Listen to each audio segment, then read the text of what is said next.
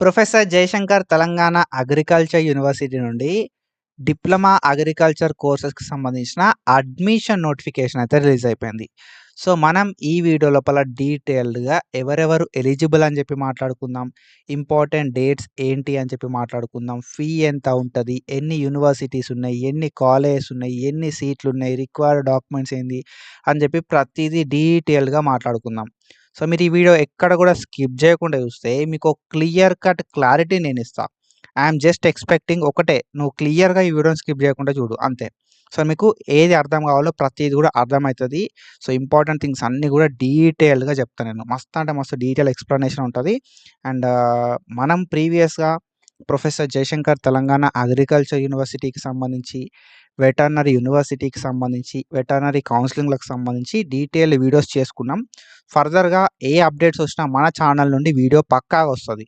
కాబట్టి మీరు పక్కాగా సబ్స్క్రైబ్ చేసి పెట్టుకొని మీ ఫ్రెండ్స్ అందరికీ ఈ వీడియోని షేర్ చేయండి. So, time to time updates కావాలన్నా, కౌన్సిలింగ్ రిలేటెడ్ అప్డేట్స్ కావాలన్నా మీరు సబ్స్క్రైబ్ చేసుకొని పెట్టుకుంటే మీకు అప్డేట్స్ అనేది రీచ్ అయితాయి అన్నట్టు. ఓకేనా? సో, మస్తు మంది ఏంది కదా అంటే జస్ట్ ఛానల్‌ని విజిట్ చేస్తారు, చూస్తారు, ఎళ్ళిపోతారు. ఇన్ఫర్మేషన్‌ని కన్జ్యూమ్ చేసుకుంటారు. అంతే తప్ప సబ్స్క్రైబ్ ఎవరు చేసుకోరు, సపోర్ట్ ఎవరు చేసుకోరు. ఓకేనా? సో, ఈ సబ్స్క్రైబ్ చేసుకోకుండా, సపోర్ట్ చేయకుండా ఉండి క కంటెంట్ కన్జ్యూమ్ చేయడం వల్ల నాకైతే ఏం బెనిఫిట్ ఉండదన్నట్టు. ఓకేనా? సో, మీకు అప్డేట్స్ కావాలంటే పక్కా సబ్స్క్రైబ్ చేసి పెట్టుకొని నా సైడ్ నుండి నేను మీకు టైమ్ టు టైమ్ అప్డేట్స్ అయితే పక్కా ఇస్తా. అది మాత్రం ష్యూర్. ఓకేనా? సో, మనకొచ్చిన నోటిఫికేషన్ గురించి మనం డీటెయిల్‌గా ఎళ్దాం. సో, ఫస్ట్‌లీ ఏంది అంటే మనకు అసలు ఎవరెవరు ఎలిజిబుల్ అని చెప్పి ప్రతీది డీటెయిల్‌గా స్టెప్ బై స్టెప్ మాట్లాడుకుందాం. ఇది అఫీషియల్ వెబ్‌సైట్. అప్లికేషన్‌కి సంబంధించి professor Jayashankar Telangana agriculture university వాళ్ళ అఫీషియల్ వెబ్‌సైట్ ఇది. ఓకేనా? సో, మనం ఇక్కడ చూసుకుందాం, డీటెయిల్‌గా ఎళ్దాం కొంచెం. ఓకేనా? సో, 2026 అకాడమిక్ ఇయర్‌కి సంబంధించి diploma in agriculture and agricultural engineering కోర్సెస్‌కి సంబంధించిన అడ్మిషన్ నోటిఫికేషన్ ఇది. Diploma in agriculture and agricultural engineering అడ్మిషన్‌కి సంబంధించిన 2026 పాలిసెట్ నోటిఫికేషన్ ఇది. ఓకేనా? సో, ఇక్కడ మనం చూసుకుంటే మనకు ఆన్‌లైన్ అప్లికేషన్స్ అనేది 10థ్ జూన్ 2026 నుండి స్టార్ట్ అయితాయి. అంటే ఈ రోజు నుండి 10థ్ జూన్ 2026 10 ఏఎం నుండి ఆన్‌లైన్ అప్లికేషన్స్ అయితే స్టార్ట్ కావడం అయితే జరుగుతది. సో, నోటిఫికేషన్ వచ్చిన వెంటనే నేను మన ఛానల్ లోపల వీడియో అప్‌లోడ్ చేసిన. ఓకేనా? నాకెప్పుడైతే ఇన్ఫర్మేషన్ తెలుస్తదో, ఆ ఇన్ఫర్మేషన్ తెలిసిన వెంటనే మీకు అప్డేట్ ఇస్తా నేను పక్కాగా. ఓకేనా? సో, అందుకే సబ్స్క్రైబ్ చేసుకోరి అని చెప్పి చెప్తున్నా అన్నట్టు. అండ్ మనకు 10థ్ జూన్ 2026 నుండి ఆన్‌లైన్ అప్లికేషన్స్ అయితే స్టార్ట్ కావడం అయితే జరుగుతది. అగ్రికల్చర్ అండ్ అగ్రికల్చరల్ ఇంజినీరింగ్ కోర్సెస్‌కి సంబంధించి. సో, మనం ఆన్‌లైన్ లోపల అప్లికేషన్ చేసుకోవడానికి 10థ్ జూన్ నుండి ఆన్‌లైన్ అప్లికేషన్ స్టార్ట్ అయితే, ఆన్‌లైన్ లోపల అప్లికేషన్ చేసుకోవడానికి అంటే ఆన్‌లైన్ లోపల అప్లికేషన్ చేసుకోవడానికి ఫీ పేమెంట్ చేయడానికి 28థ్ జూన్ 2026 దాకా టైం అయితే ఇచ్చిర్రన్నట్టు. 28థ్ జూన్ 2026 దాకా టైం అయితే ఇచ్చిర్రు. సో, ఈలోపు మీరు అగ్రికల్చర్ చేద్దామనుకున్న, డిప్లొమా లోపల అగ్రికల్చరల్ ఇంజినీరింగ్ చేద్దామనుకున్నా కూడా అప్లికేషన్ చేసుకోవడం మాత్రం అస్సలే మర్చిపోకుర్రి. ఓకేనా? సో, ఫీ పేమెంట్ చేసుకోవడానికి 28థ్ జూన్ దాకా టైం ఉంటే, ఫీ పేమెంట్ చేసుకున్న తర్వాత ఆన్‌లైన్ అప్లికేషన్ చేసుకోవడానికి 29 జూన్ దాకా టైం ఉందన్నట్టు. 28థ్ దాకా ఫీ పేమెంట్. 29థ్ దాకా మనమైతే అప్లికేషన్‌కి సంబంధించి సబ్మిట్ చేయడానికి టైం అయితే ఇచ్చిర్రు. మళ్ళీ 5 పీఎం వరకే. 28థ్ జూన్ 2026 5 పీఎం దాకా, 29థ్ జూన్ 2026 5 పీఎం దాకా టైం అయితే ఉంటదన్నట్టు. మీరు ఆన్‌లైన్ అప్లికేషన్ చేసుకోవడానికి, లేకపోతే ఫీ పేమెంట్ చేయడానికి. ఓకేనా? ఫీ పేమెంట్ చేసుకోవడానికి ఒకరోజు ముందే టైం అయిపోతది. సో, ఫీ పేమెంట్ చేసినోళ్ళు అప్లికేషన్‌ని కంప్లీట్ చేయడానికి నెక్స్ట్ డే నాడు కంప్లీట్ అయిపోతదన్నట్టు డెడ్‌లైన్ అనేది. ఓకేనా? ఏమైనా మిస్టేక్స్ ఉంటే ఎడిట్ చేసుకోవడానికి 30 జూన్ 2026 రోజు ఆ డే మొత్తం టైం ఇస్తారన్నట్టు. అంటే పొద్దున 10 గంటల నుండి సాయంత్రం 5 గంటల దాకా టైం అయితే ఇస్తారు. సో, ఈ డేట్స్ ఎక్స్‌టెండ్ అయితాయా అంటే, సో, ఎక్స్‌టెండ్ అవ్వడానికి చాలా తక్కువ ఛాన్సెస్ ఉంటాయి. ఎందుకు అనంటే, మనకు నెక్స్ట్ యూజీకి సంబంధించి ఎబ్సెట్ రాసినోళ్ళు అగ్రికల్చర్ కోర్సెస్ చేయడానికి నోటిఫికేషన్ వచ్చేది ఉన్నదన్నట్టు. ఆ నోటిఫికేషన్ కూడా వస్తది. కాబట్టి ఏందంటే, మనకు అవి ఇవి పారలెల్‌గా కండక్ట్ చేయరు. కాబట్టి ఏంది కదంటే, డేట్ అయితే ఎక్స్‌టెండ్ కాకపోవడానికి ఎక్కువ ఛాన్సెస్ ఉంటాయన్నట్టు. ఎక్స్‌టెండ్ అయితే మనం మాట్లాడుకుందాం గానీ, ఈలోపే మీ అప్లికేషన్‌ని కంప్లీట్ చేసుకోర్రి అని చెప్పి నేను నా సైడ్ నుండి అడ్వైస్ చేస్తా నేను. ఓకేనా? సో, ఇది అండ్ ఇంపార్టెంట్ డేట్స్ విషయానికొస్తే అది. అండ్ మనకేమేం కోర్సెస్ ఉన్నాయి బ్రో అనంటే, నేను ఇందాక చెప్పినా కదా! Diploma in agricultural engineering 2 courses అయితే ఉన్నాయన్నట్టు. సో, డిప్లొమా ఇన్ అగ్రికల్చర్ అనేది 2 సంవత్సరాల డ్యూరేషన్ ఉంటది. 2 ఇయర్స్ ఆఫ్ డ్యూరేషన్ ఉంటదన్నట్టు డిప్లొమా ఇన్ అగ్రికల్చర్ అనేది. And diploma in agricultural engineering అనేది 3 ఇయర్స్ ఆఫ్ డ్యూరేషన్ అనేది ఉంటది. ఓకేనా. సో, మీరు ఏ కోర్స్ చేద్దాం అనుకుంటున్నారు అనేది మీరు డిసైడ్ అవ్వండి. ఓకేనా. సో, మనకు ఇంగ్లీష్ లోపలనే ఉంటాయి. ఈ అగ్రికల్చర్ కోర్సెస్ అనేది ఇంగ్లీష్ మీడియం లోపలనే ఉంటాయి. బ్రో నేను తెలుగు మీడియము, నేను ఈ అగ్రికల్చర్ కూడా తెలుగు మీడియంలో చేద్దాం అనుకుంటున్నా అనుకున్నోళ్ళు లైక్ ముందే ఆలోచించుకోరు. ఇంగ్లీష్ మీడియము సర్వైవ్ కాగలుగుతావా అని చెప్పి ఆలోచించుకోరి. సో, కొంచెం గట్టిగా మాట్లాడుకుంటే తెలుగు మీడియం వల్లే మంచి ప్రాపర్ నాలెడ్జ్ ఉంటది వాళ్ళ కాడ. మంచిగా అంటే మంచి నాలెడ్జ్ ఉంటదన్నట్టు. సో, వాళ్ళు ఈజీగా ఇంగ్లీష్‌ని అడాప్ట్ చేసుకోగలుగుతారు. కాబట్టి ఏందంటే ఆలోచించుకోరు ఒకవేళ హార్డ్ అయితదా లేదా అని చెప్పి. కానీ ఈ పాలిటెక్నిక్‌కి సంబంధించిన 2 కోర్సెస్ అనేది ఇంగ్లీష్ మీడియంలో మాత్రమే ఉంటాయి. డిప్లొమా ఇన్ అగ్రికల్చర్ కావచ్చు, డిప్లొమా ఇన్ అగ్రికల్చర్ ఇంజినీరింగ్ కావచ్చు. ఇవి మొత్తం కూడా ఇంగ్లీష్ మీడియంలోనే ఉండడం అయితే జరుగుతదన్నట్టు. ఓకేనా. సో, మనకు లిస్ట్ ఆఫ్ పాలిటెక్నిక్ కాలేజెస్ విషయానికొస్తే మనకు యూనివర్సిటీ పాలిటెక్నిక్ కాలేజెస్ ఉంటాయన్నట్టు. అండ్ దాంతో పాటుగా మనకు ప్రైవేట్ అఫిలియేటెడ్ ఉంటాయన్నట్టు. యూనివర్సిటీ లోపల ఫీ తక్కువుంటది. అఫిలియేటెడ్ లోపల కొంచెం ఫీ అనేది ఎక్కువుంటదన్నట్టు. దానికి దీనికి డిఫరెన్స్ ఒక 5,000-6,000 వరకు ఉంటదన్నట్టు. నేను ఆ ఫీ కూడా చూపెడతా మీకు. ఓకేనా. సో, మనకిక్కడ సీరియల్ నంబర్ అని చెప్పి ఇచ్చిర్రు. అండ్ దాంతో పాటుగా నేమ్ ఆఫ్ ద పాలిటెక్నిక్ అని చెప్పి ఇచ్చిర్రు. డిస్ట్రిక్ట్ ఇచ్చిర్రు. ఎస్టాబ్లిష్మెంట్ ఇయర్ ఇచ్చిర్రు. కేటగిరీ కో ఎడ్యుకేషనా, only for girls, only for boys అని చెప్పి ఇయ్యడం అయితే జరిగిందన్నట్టు. సో, ఇక్కడ డిప్లొమా ఇన్ అగ్రికల్చర్ యూనివర్సిటీలో చేద్దామనుకుంటే మనకు అగ్రికల్చర్ పాలెం లోపల ఉందన్నట్టు. ఓకేనా. సో, సో, మనకు డిప్లొమా ఇన్ అగ్రికల్చర్ అనేది పాలిటెక్నిక్ పాలిటెక్నిక్ పాలెం లోపల ఉందన్నట్టు. ఓకేనా. సో, పాలెం లోపల ఒక కాలేజ్ ఉంది. నాగర్ కర్నూల్ లోపల ఇది కో ఎడ్యుకేషన్ 60 నంబర్ ఆఫ్ సీట్స్ ఉన్నాయి. అండ్ పులాస లోపల జగిత్యాల పులాస లోపల కో ఎడ్యుకేషన్ ఉంటది. 50 నంబర్ ఆఫ్ సీట్స్ ఉన్నాయి. ఓకేనా. నల్గొండ కంపాసాగర్ లోపల co education 50 number of seats ఉన్నాయి. యూనివర్సిటీస్ అన్నట్టు ఇవి. ఓకేనా. సో, ఇవి యూనివర్సిటీ పాలిటెక్నిక్స్ అన్నట్టు. సో, మనకు సంగారెడ్డి, జోగిపేట లోపల only for girls. Sangareddy, Jogipet లోపల ఓన్లీ ఫర్ గర్ల్స్ 40 సీట్లున్నాయి. ఖమ్మం, మదిరా లోపల కో ఎడ్యుకేషన్ 30 సీట్లయితే ఉన్నాయి.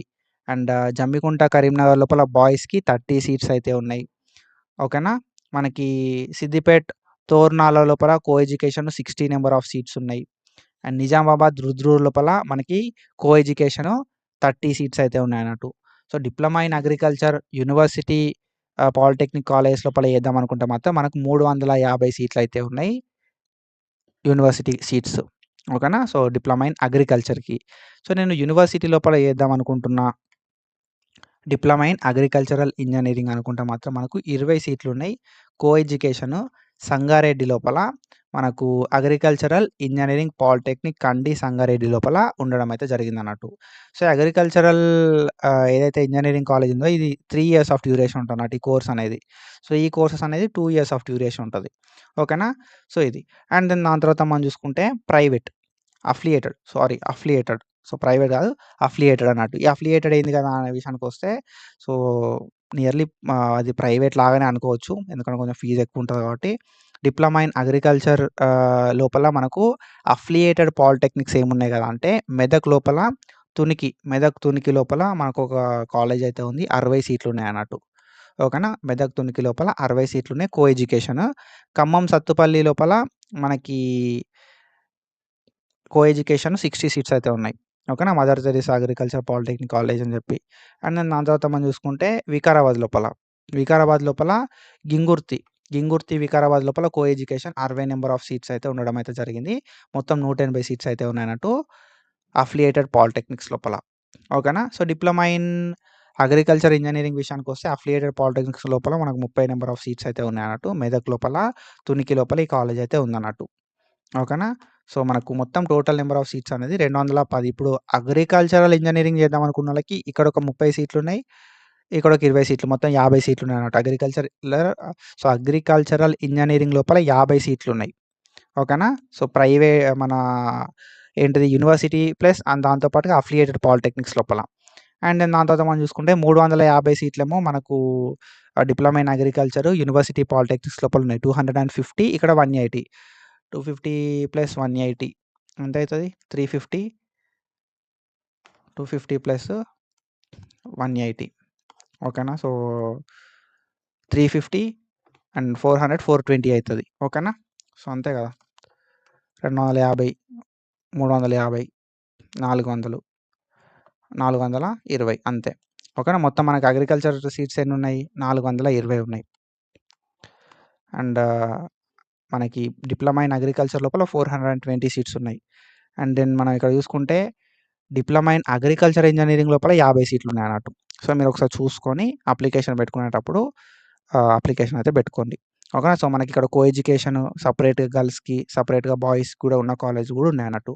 Co education and separate girls separate boys విషయానికి వస్తే మనకు కరీంనగర్ లోపల ఒకటి ఉంది, సిద్దిపేట లోపల కరీంనగర్ లోపల బాయ్స్కి ఉంది, సంగారెడ్డి లోపల గర్ల్స్కి అయితే ఉందన్నట్టు. ఓకేనా. సో ఫీజు విషయానికి వద్దాం మనం. ఇవి కాలేజ్ డీటెయిల్స్. ఫీజు విషయానికి వద్దాం. ఫీజు ఎంత ఉంటుంది మరి అని చెప్పి మనం మాట్లాడుకుంటే, ఫీజు విషయానికి వస్తే మనకు అప్లికేషన్ చేసుకోవడానికి 600 రూపాయలు ఉంటుంది బ్రో. ఎవరికి? SC, ST, pH physically handicapped person with disability ఎవరైతే ఉంటారో వాళ్ళకి 600 రూపాయలు అయితే ఉంటుంది ఆన్లైన్ లోపల అప్లికేషన్ చేసుకోవడానికి. మిగతా క్యాండిడేట్స్ అందరికీ 1200 రూపాయల అప్లికేషన్ ఫీ అయితే ఉంటుంది అన్నట్టు. ఓకేనా. సో ఇది. అండ్ దెన్ కాలేజెస్ విషయానికి వస్తే కాలేజెస్ లోపల మీకు సీట్ వస్తే జాయిన్ అయ్యేటప్పుడు కౌన్సిలింగ్కి అటెండ్ అయ్యి మనం జాయిన్ అవుతాం కదా సీట్ కన్ఫర్మ్ చేసుకోవడానికి. అప్పుడు మనం ఏం చేయాల్సి ఉంటుంది అంటే ఈ ఫీజు అనేది కట్టాల్సి ఉంటుంది. యూనివర్సిటీ పాలిటెక్నిక్స్ లోపల మనం 19,850 రూపాయలు కట్టాల్సి ఉంటుంది జాయిన్ అయ్యేటప్పుడు. ఇవి కాకుండా అడిషనల్గా మెస్ ఛార్జ్లు కూడా కట్టాల్సి ఉంటుంది అన్నట్టు. మెస్ ఛార్జ్లు ఇంకా కొన్ని ఉంటాయి అవోటి ఇవోటి ల్యాబ్లు అవి ఇవి అని చెప్పి వాటి ఫీజు కూడా కట్టాల్సి ఉంటుంది. అంటే అప్రాక్సిమేట్గా ఒక 20,000. ఓకేనా. ఒక 20,000 యూనివర్సిటీ కాలేజ్ లోపల సీట్ వచ్చిన వెంటనే కట్టాల్సి ఉంటుంది. ఓకేనా. అండ్ దెన్ దాని తర్వాత మనం చూసుకుంటే అఫిలియేటెడ్ పాలిటెక్నిక్స్ లోపల 25,000 ప్రైవేట్ అన్నా కదా, ప్రైవేట్ కాదు అఫిలియేటెడ్ కానీ సో ప్రైవేట్ లాగా. ఇది ఏంటంటే గవర్నమెంట్ ప్రైవేట్ లాగా అనుకోరాదు సింపుల్గా. ఓకేనా. సో అఫిలియేటెడ్ ఉన్న వాటికి ఏంది కదా అంటే 25,950 అంటే 26,000 రూపాయల ఫీ అయితే కట్టాల్సి ఉంటుంది అన్నట్టు. ఓకేనా. అండ్ మనకేంది కదా అంటే ఈ ఫీజు అనేది అడ్మిషన్ తీసుకున్నప్పుడే కట్టాలి. ఇవి కాకుండా మనకు మెస్ ఛార్జెస్ అనేది అడిషనల్గా ఉంటాయి అన్నట్టు. ఓకేనా. సో అవి మంత్లీ ఒక 3,000 4,000 ఉంటుంది, 5,000 కూడా ఉండొచ్చు. ఓకేనా. మెస్ ఛార్జెస్ అనేది అడిషనల్గా కట్టాల్సి ఉంటుంది. అండ్ దాంతోపాటుగా మనం ఇక్కడ చూసుకుంటే మనకు ఒకవేళ అడ్మిషన్ అయిపోయేలోపు మన సీట్ని మనం క్యాన్సిల్ చేసుకున్నాం అనుకో, ఒక 2,000 రూపాయలు ప్రాసెసింగ్ ఫీ తీసుకొని మన ఫీజు అనేది మనకి ఇచ్చేస్తారు. నువ్వు 20,000 కడితే 20,000 ఇస్తారు, 26,000 కడితే 26,000 ఇస్తారు, ఒక 2,000 కట్ చేసుకుంటారు అన్నట్టు. ఓకేనా. అడ్మిషన్ క్లోజ్ అయ్యేలోపు నువ్వు నీ సీట్ని క్యాన్సిల్ చేసుకుంటే. ఇంకొక సిచ్యువేషన్ లోపల ఏంటంటే అడ్మిషన్ అయిపోయిన తర్వాత నువ్వు సీట్ని క్యాన్సిల్ చేసుకుంటే నువ్వు ఇచ్చిన ఫీజు అనేది మొత్తం వాళ్ళే తీసుకుంటారు. అండ్ దాంతో పాటుగా ఏదైతే 2,000 అడిషనల్గా మనం వాళ్ళకి కట్టాల్సి ఉంటుంది అన్నట్టు ప్రాసెసింగ్ ఫీకి. ఓకేనా. ప్రాసెసింగ్ ఫీకి 2,000 అడిషనల్గా మనం కట్టాల్సి ఉంటుంది. మనం కట్టిన ఫీజు కూడా మనకి ఇయ్యరన్నట్టు. కాబట్టి ఇంట్రెస్ట్ ఉన్నది అనుకున్నోళ్ళే కౌన్సిలింగ్కి అటెండ్ కారి, ఇంట్రెస్ట్ ఉన్న అనుకున్నోళ్ళే అప్లికేషన్ పెట్టుకోర్రి. ఓకేనా. నాకు కాలేజ్ నచ్చలే, కోర్స్ నచ్చలే, నాకు బాలేదు అది ఇది అనుకుంటే అడ్మిషన్ క్లోజ్ అయ్యే ముందే నువ్వు అప్లికేషన్ క్యాన్సిల్ చేసుకున్నావు అనుకో, మనకు ఏందంటే చాలా అమౌంట్ అనేది మనకు సేవ్ అవుతాయి అన్నట్టు. ఓకేనా. 2,000 3,000 వాళ్ళు తీసుకొని మనకు రిటర్న్ మన సర్టిఫికేట్లు మన అమౌంట్ కూడా ఇచ్చేస్తారు అన్నట్టు. అంత అయిపోయిన తర్వాత చేస్తే ఏంటంటే మనం ఇబ్బందులలో పడతాం. ఓకేనా. సో అది. అండ్ ఎలిజిబిలిటీ విషయానికి వద్దాం. ఎలిజిబిలిటీ విషయానికి వస్తే నువ్వు పాలిటెక్నిక్ డిప్లొమా కోర్సెస్ లోపల professor Jayashankar Telangana agriculture university లోపల అడ్మిషన్ తీసుకుందాం అనుకుంటే తెలంగాణ పాలిసెట్ 2026 అనేది రాసి ఉండాలి ఎంబైపీసీ స్ట్రీమ్ లోపల. ఓకేనా. ఎంబైపీసీ స్ట్రీమ్ లోపల నువ్వు తెలంగాణ పాలిసెట్ అనేది రాసి ఉండాలి. ఓకేనా. సో తెలంగాణ పాలిసెట్ రాసినావు, ఒకవేళ నువ్వు ఎంబైపీసీ స్ట్రీమ్ లోపల క్వాలిఫై అయినావు అనుకున్న సిచ్యువేషన్ లోపల యు ఆర్ ఎలిజిబుల్. అండ్ దాంతోపాటుగా 10th క్లాస్ అనేది పాస్ అయి ఉండాలి. ఓకేనా. 10th క్లాస్ అనేది పాస్ అయ్యి ఉండాల్సి ఉంటుంది అన్నట్టు. సో ఈ 10th క్లాస్ అనేది మనం ఏ బోర్డు నుండి అయినా ఏం కాదు. So CBSE, ICSE, TOSS, toss కావచ్చు, ఓపెన్ స్కూల్ నుండి కావచ్చు, ఎట్లయినా కూడా మనం పాస్ అయి ఉండాల్సి ఉంటుంది అన్నట్టు 10th క్లాస్ అనేది. ఓకేనా. మినిమం 35 మార్క్స్ అనేది రావాల్సి ఉంటుంది మనకు 10th క్లాస్ లోపల. 35% ఆఫ్ ద మార్క్స్ అంటే మనకు ఇప్పుడు ఎంత 35% అంటే సింపుల్లీ బ్రో మనకు మినిమం పాస్ క్రైటీరియా అనేది రావాలి 50% కన్నా తక్కువ.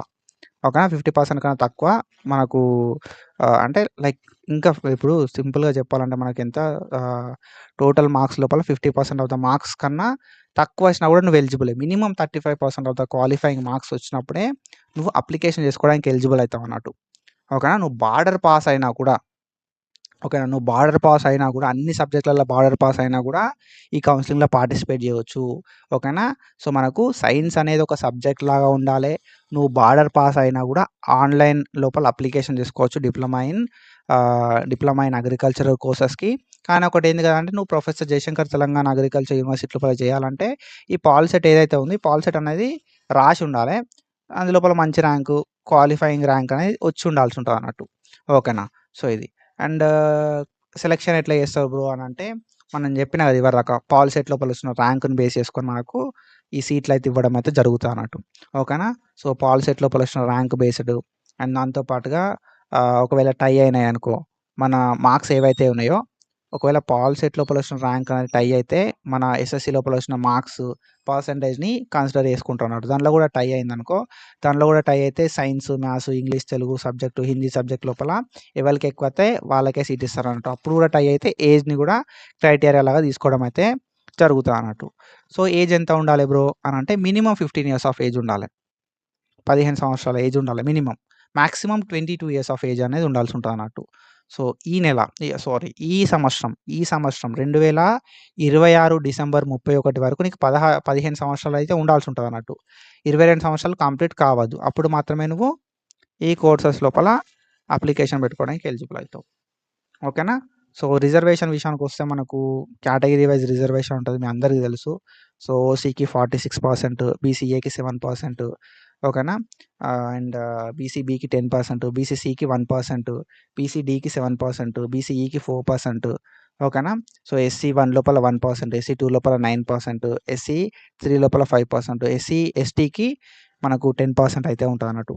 ఎస్సీ 3 లోపల 5%, ఎస్టీ లోపల 10% అయితే ఉంటుంది అన్నట్టు. ఇది రిజర్వేషన్ విషయానికి వస్తే. ఓకేనా. Reservation of seats according to category reservation.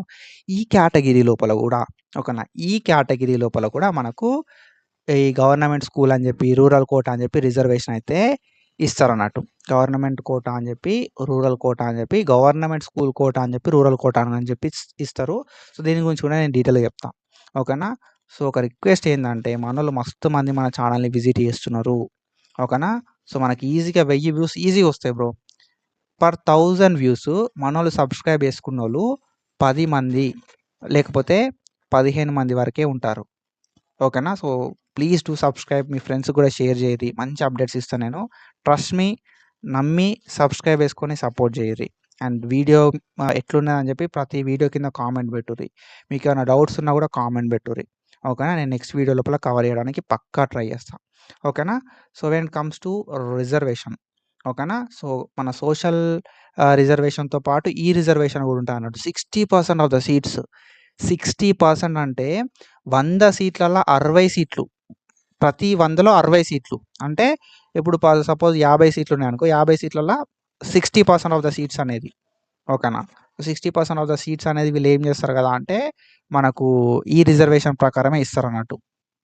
ఓకేనా. ఒకవేళ నీకు rural quota or government quota reservation ఉంది అని అంటే మాత్రం సో, మంచిగా నీకు హెల్ప్ అవుతుంది అన్నట్టు. 60% ఆఫ్ ద సీట్స్ అంటే ప్రతి 100లో 60 సీట్లు. ఓకేనా. ఈ రిజర్వేషన్ ఉన్నోళ్ళకే ఇస్తారన్నట్టు. సో, మరి రిజర్వేషన్ ఏంది బ్రో అనే విషయానికి వస్తే rural or government schools quota అంటాం. Rural or government schools quota అంటాం. ఇది డిప్లొమా ఇన్ అగ్రికల్చర్ వాళ్ళకి వర్తిస్తుంది. డిప్లొమా ఇన్ అగ్రికల్చరల్ ఇంజనీరింగ్ వాళ్ళకు కూడా వర్తించడం అయితే జరుగుతుంది. ఓకేనా. ఎలిజిబిలిటీ ఏంది బ్రో? నేను ఈ రూరల్ కోటా కింద పార్టిసిపేట్ చేద్దాం అనుకుంటున్నా. నేను గవర్నమెంట్ స్కూల్లోనే చదివిన బ్రో. నాకు ఎలిజిబిలిటీ ఏంటిది అని అంటే నువ్వు ఒకవేళ 4 సంవత్సరాల ఎడ్యుకేషన్ అనేది నాన్ మున్సిపల్ ఏరియా లోపల చదివినట్టయితే నీకు రూరల్ కోటా రిజర్వేషన్ వస్తుంది. ఓకేనా.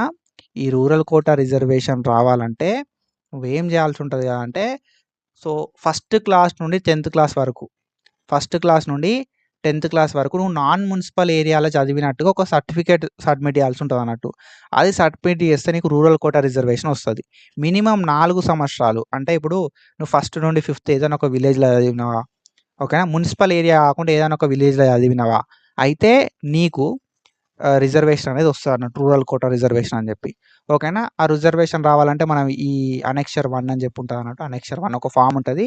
ఆ ఫార్మ్‌ని ఫిల్ జేయాలె. ఓకేనా? సో, నువ్వు గ్రామీణ ప్రాంతంలో చదివినవు ఒక 4 సంవత్సరాలు. ఫస్ట్ క్లాస్ నుండి 10థ్ క్లాస్ వరకు ఎప్పుడో ఒకసారి 4 సంవత్సరాలు గ్రామీణ ప్రాంతంలో చదివినవా? అయితే నీకు ఈ రిజర్వేషన్ వస్తది. ఓకేనా? రూరల్ ఏరియా రిజర్వేషన్ వస్తదన్నట్టు. ఓకేనా? సో, రూరల్ రిజర్వేషన్ రావాలంటే గిది. ఏది? ఇది రూరల్ రిజర్వేషన్ అన్నట్టు. So, non municipal area certificate అంటాం. నువ్వు రూరల్ ఏరియా లోపలనే చదివినవు అని చెప్పి చెప్పడానికి సర్టిఫికేట్. సో, ఇక్కడ ఏంది కదా అంటే మనం ఈ ఫార్మ్‌ని ఫిల్ చేయాల్సి ఉంటదన్నట్టు. ఓకేనా? So, certified that mister or miss son of or daughter of అని చెప్పి ఇక్కడ మీ పేరు రాసి, మీ father name or mother name రాసి, స్కూల్ ఎక్కడున్నా అని చెప్పి స్కూల్ పేరు రాసి, విలేజ్ రాసి, ఓకేనా? సో, మండల్ రాయాల్సి ఉంటదన్నట్టు. రాసిన తర్వాత నెక్స్ట్ ఏం చేయాల్సి ఉంటది అంటే ఎక్కడి నుండి ఎక్కడి దాకా చదివినవు. ఓకేనా? సో, ఏ స్కూల్ అంటే ఏ క్లాస్ నుండి ఏ క్లాస్ వరకు. ఓకేనా? ఇప్పుడు సపోజు 4థ్ క్లాసు, 5థ్ క్లాసు, 6థ్ క్లాసు, 7థ్ క్లాసు అకాడమిక్ ఇయర్స్ ఏందని చెప్పి అకాడమిక్ ఇయర్స్ ఇక్కడ ఇయ్యాల్సి ఉంటదన్నట్టు. ఇచ్చిన తర్వాత మీ స్కూల్ హెడ్ మాస్టర్ తోటి ఇక్కడ మనమైతే సంతకం పెట్టియాల్సి ఉంటదన్నట్టు. ఓకేనా? సో, మీ స్కూల్ హెడ్ మాస్టర్ గానీ ఓకే. సో, మనకిక్కడ ఏందంటే signature of the school head master అని చెప్పి ఉంది. స్కూల్ హెడ్ మాస్టర్ తోటి సిగ్నేచర్ పెట్టిపిచ్చి ఇక్కడ స్కూల్ స్టాంప్ ఉంటది కదా! స్టాంప్ అయితే ఏపియాల్సి ఉంటదన్నట్టు. సో, ఇది ఏపిస్తే ఏమైతది అంటే మనకు ఓకేనా? సో, ఇది ఏపిస్తే ఏమైతది అంటే మనకి రిజర్వేషన్ రావడం అయితే జరుగుతదన్నట్టు. ఓకేనా? సో, ఇది అండ్ దెన్ దాని తర్వాత మనం చూసుకుంటే నేను గవర్నమెంట్ స్కూల్‌లో చదివిన బ్రో. ఓకేనా? నాకు గవర్నమెంట్ స్కూల్ రిజర్వేషన్ రావాల్సి ఉంటది అని అనుకున్నావనుకో సింపుల్ ఏం లేదు. మనకిక్కడ మినిమమ్ 4 ఇయర్స్ ఇక్కడ కూడా గంతే 4 సంవత్సరాలు నువ్వు గవర్నమెంట్ స్కూల్‌లో చదివినావనుకో, లేకపోతే గవర్నమెంట్ రెసిడెన్షియల్ స్కూల్స్ చదివినావనుకో, ఏదో ఒకటి గవర్నమెంట్ స్కూల్ ఇప్పుడు ఐదర్ అది తెలంగాణ మోడల్ స్కూలా, లేకపోతే రెసిడెన్షియల్ స్కూల్సా, లేకపోతే బీసీ స్కూల్సా, ఎస్సీ వెల్ఫేర్ స్కూల్సా, ఓకేనా? లేకపోతే ఏదో ఒకటి ఓకేనా? సో, మన జెడ్పీఐ స్కూల్సా, ఏ స్కూల్స్ అయినా కూడా గవర్నమెంట్ స్కూల్స్ లోపల మినిమమ్ నువ్వు 4 సంవత్సరాలు చదివినావనుకో, సో, ఇక్కడ నీకు గవర్నమెంట్ స్కూల్ కోటా రావడం అయితే జరుగుతదన్నట్టు. ఓకేనా? ఫస్ట్ క్లాస్ నుండి 10థ్ క్లాస్ వరకు నువ్వు ఏదో ఒక 4 సంవత్సరాలు గవర్నమెంట్‌లో చదివితే ఆ సర్టిఫికేట్స్ ఏవైతే ఉన్నాయో స్టడీ సర్టిఫికేట్స్ అప్‌లోడ్ చేస్తే మనకు గవర్నమెంట్ కోటా కింద రిజర్వేషన్ రావడం అయితే జరుగుతదన్నట్టు. ఏదైనా ఒక రిజర్వేషన్ ఉంటే సరిపోతది మనకు. రూరల్ కోటా రిజర్వేషన్ ఉన్నా సరిపోతది. లేకపోతే గవర్నమెంట్ స్కూల్స్ కోటా రిజర్వేషన్ ఉన్నా సరిపోతది. 60% రిజర్వేషన్ లోపల మనకు బెనిఫిట్ అయితదన్నట్టు. కేటగిరీ బెనిఫిట్‌తో పాటు ఇది కూడా బెనిఫిట్ అయితది. ఓకేనా? సో, అది. అండ్ దెన్ దాని తర్వాత మనం చూసుకుంటే దీనికి సంబంధించిన అనక్షర్ అని చెప్పి నేను ఇందాక చూపెట్టాను కదా! నాన్ మున్సిపల్ ఏరియా సర్టిఫికేట్ అని చెప్పి ఈ అనక్షర్‌ని ఫిల్ చేసి మనమైతే అప్‌లోడ్ చేయాల్సి ఉంటది. సో, గవర్నమెంట్ స్కూల్స్ కావాలనుకున్నోళ్ళకి ఈ బోనాఫైడ్స్ అప్‌లోడ్ చేస్తే సరిపోతదన్నట్టు స్టడీ సర్టిఫికేట్స్. అండ్ దెన్ దాని తర్వాత మనకి స్పెషల్ కేటగిరీస్ అని చెప్పి ఫిజికల్లీ ఛాలెంజ్డ్ వాళ్ళకి 5%, సీఏపీ వాళ్ళకి 2%, ఎన్‌సీసీ వాళ్ళకి 1%, స్పోర్ట్స్ వాళ్ళకి 0.5% రిజర్వేషన్ అయితే ఉంటదన్నట్టు. ఓకేనా? సో, దీనికి సంబంధించిన ఇన్ఫర్మేషన్ ఇచ్చిర్రు. సో, అదొకసారి చెక్ జేయరి. If you want to check జేయరి. ఓకేనా? వాళ్ళకి కూడా ప్రొఫార్మాలు ఉంటాయన్నట్టు. ఆ ప్రొఫార్మా వైస్‌గా మనం ఆ ప్రొఫార్మాని ఫిల్ చేసి, ఆ ఫార్మ్స్‌ని ఫిల్ చేసి వాళ్ళతోటి సైన్ పెట్టియాల్సి ఉంటది. ఓకేనా? సో, అది. అండ్ ఇంకొకటేందంటే ఫర్ ఉమెన్ ఎవరైతే ఫీమేల్ ఉంటారో వాళ్ళకి 33% 33.3 సో, 33.3% మనకు రిజర్వేషన్ ఉంటదన్నట్టు. ఓకేనా? 33.3% రిజర్వేషన్ అయితే ఉంటది. హారిజాంటల్‌గా ఈ రిజర్వేషన్ అయితే ఇవ్వడం అయితే జరుగుతదన్నట్టు ఈచ్ కేటగిరీ లోపల. అంటే ప్రతి ముగ్గురు లోపల ఒక అమ్మాయి ఉండాలి అని చెప్పి ఒక రిజర్వేషన్ ఉంటదన్నట్టు ఫీమేల్స్‌కి. అండ్ దెన్ దాని తర్వాత మనం చూసుకుంటే 85% ఆఫ్ ద సీట్స్ ఏవైతే ఉన్నాయో అవి లోకలోళ్ళకే ఇస్తారు. 15% ఆఫ్ ద సీట్స్ అనేది అన్‌రిజర్వ్డ్ లోపల ఉండడం అయితే జరుగుతదన్నట్టు. అది రూల్ ఆఫ్ రిజర్వేషన్ ప్రకారము ఇస్తారు. ఓకేనా? హాస్టల్ ఫెసిలిటీ ఒకవేళ ఉంటే మనం హాస్టల్ లోపల ఉండాల్సొస్తదన్నట్టు.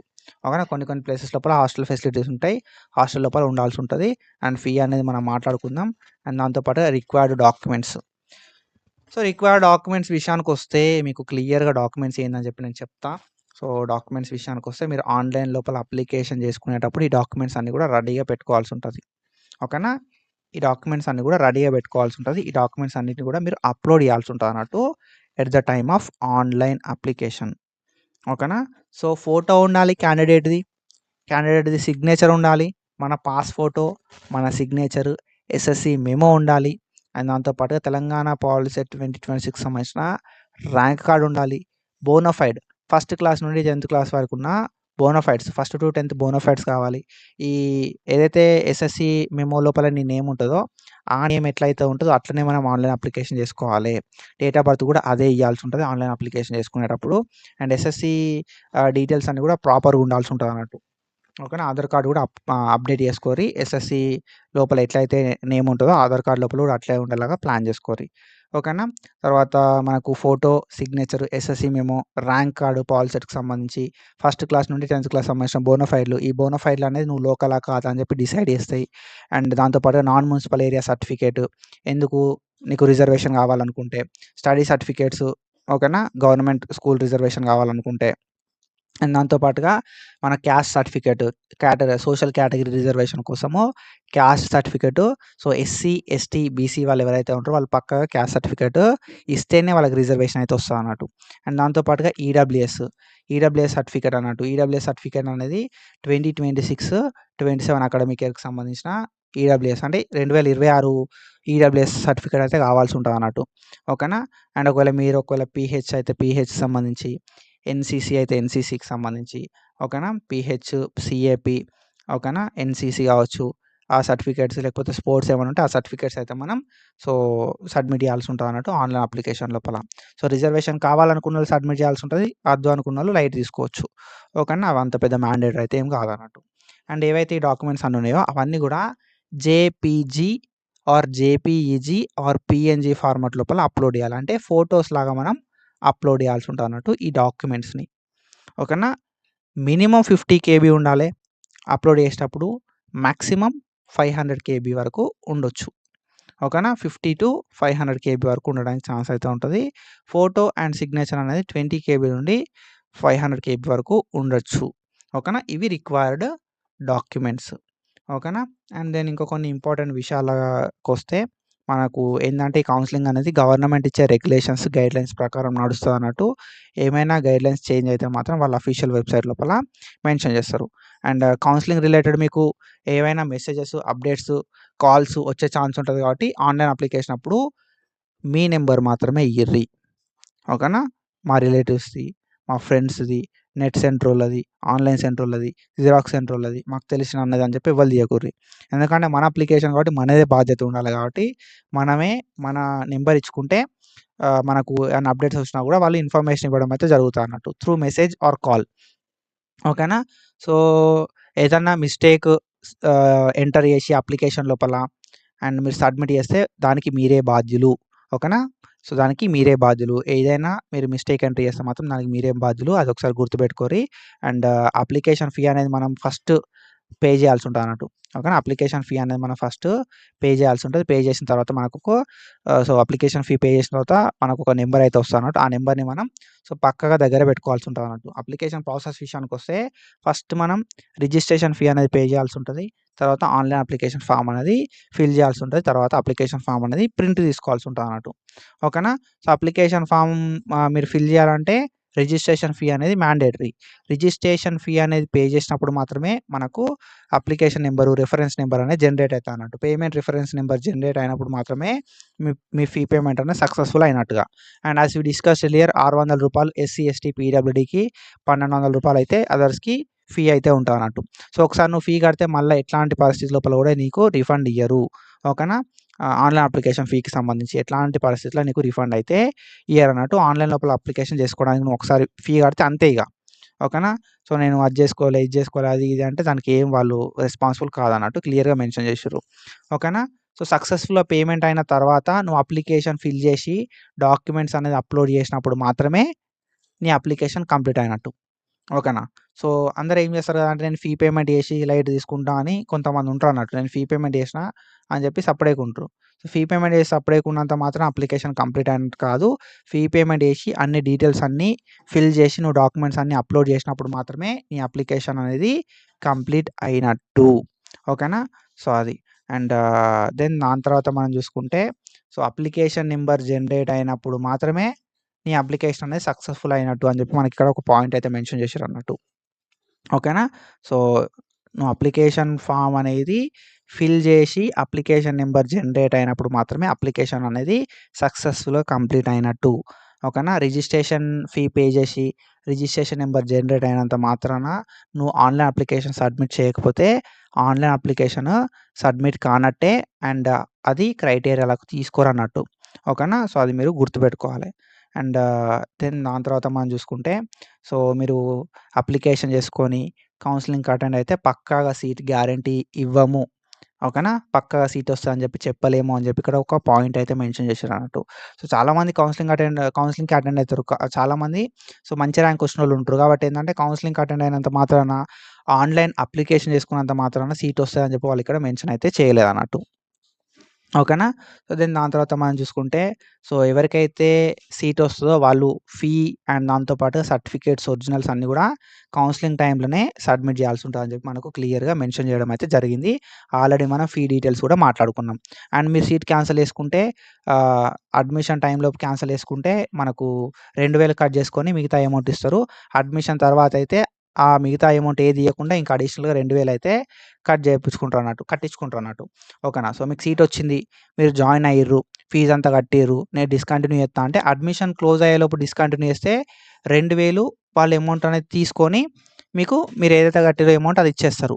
లేదు అంత అడ్మిషన్ అయిపోయిన తర్వాత నేను నా సర్టిఫికేట్స్ కావాలని చెప్పి నా సీట్ క్యాన్సెల్ చేసుకుంటా అనుకోని మీరు ఎళ్లిరనుకో 2000 అడిషనల్‌గా కట్టాల్సి ఉంటదన్నట్టు ఇంకా సర్టిఫికేట్స్ ఇయ్యడానికి.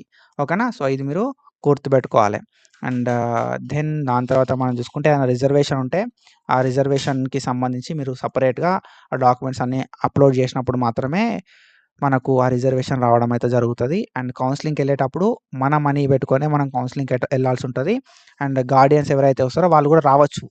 ఓకేనా? సో, కౌన్సెలింగ్‌కెళ్ళేటప్పుడు పేరెంట్ ఆర్ గార్డియన్ ఎవరైనా ఒక్కరు రావచ్చు.